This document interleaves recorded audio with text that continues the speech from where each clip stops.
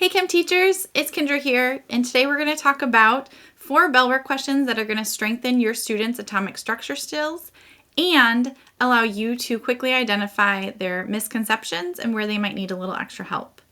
We want to make our first 5 minutes of class purposeful and engaging, and we're going to do this with 4 examples of targeted Bellwork questions.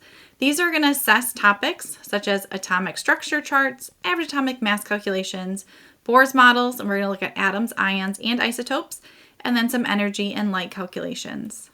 You might be asking, why start with Bellwork? Well, it engages our students immediately. You get them thinking and focused on the chemistry before we start class. It helps you identify misconceptions early and allows you to catch those errors and foundational concepts before you move forward. And then it also helps build a routine for success for your students and build routines in classes.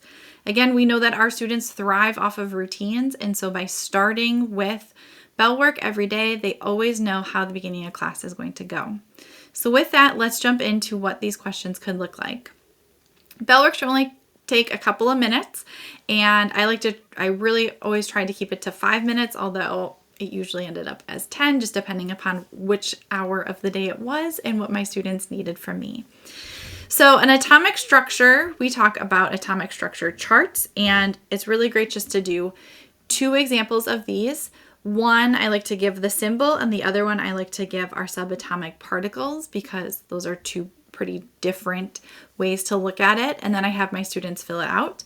When I do this and I go over it as a class, I call on individual students and say, what number can I do next? What one can I do next? Which one can I do next? I let them lead it. So it doesn't matter where they start, that we can continue moving forward as opposed to me leading that.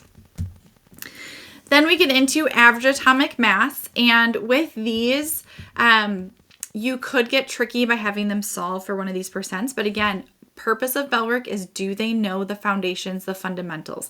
It's making sure we've got that baseline for all of our students. So I give them 2 naturally occurring isotopes and their abundances, and then I ask them to determine what element it is. So they would then plug it into their average atomic mass equation.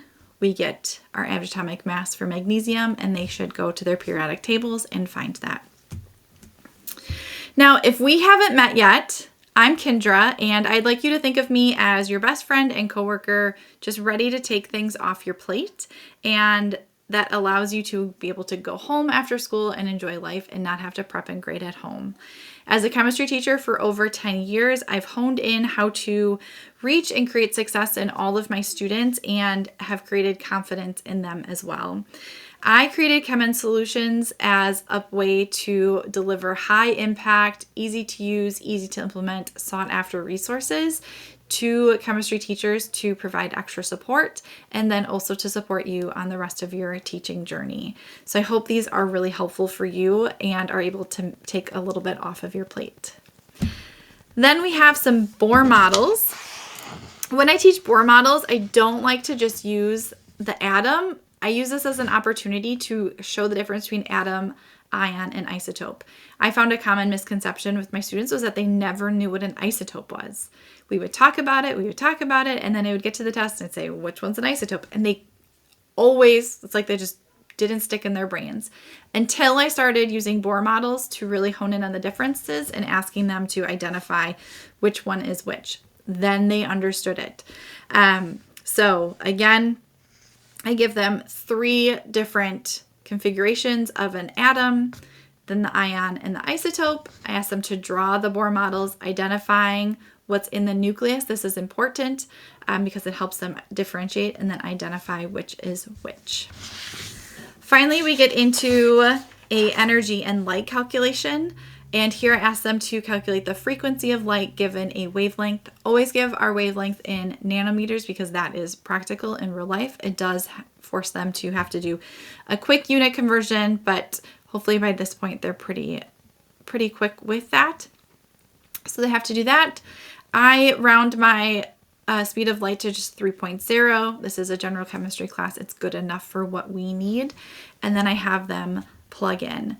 I typically spend a day or probably 2 days on energy and light calculations just because they tend to get confused because there's weird symbols, and then because we have all that scientific notation, it just really throws them for a loop for some reason.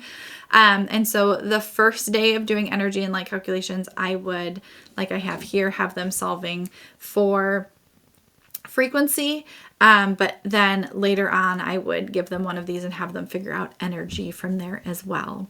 So I hope this was helpful for you. And if it was, and you never want to miss another video that I make, please like, subscribe, and hit that bell icon so that way you don't ever miss another one of these. I put these out. I work really hard to put them out on Tuesdays each week. And then also, if you'd like even more resources from me, underneath I have a link to get onto my newsletter by gifting you a free resource as well. It's a skills-focused chemistry guide and how you can incorporate more skills into your chemistry classrooms. And with that, you'll get signed up for my weekly newsletter where I share out every Tuesday around lunchtime different tips and tricks to help you be an even better and more consistent chemistry teacher for your students, but also to take a few more things off your plate so you can go home and enjoy your life. So with that, thanks for watching and happy sciencing!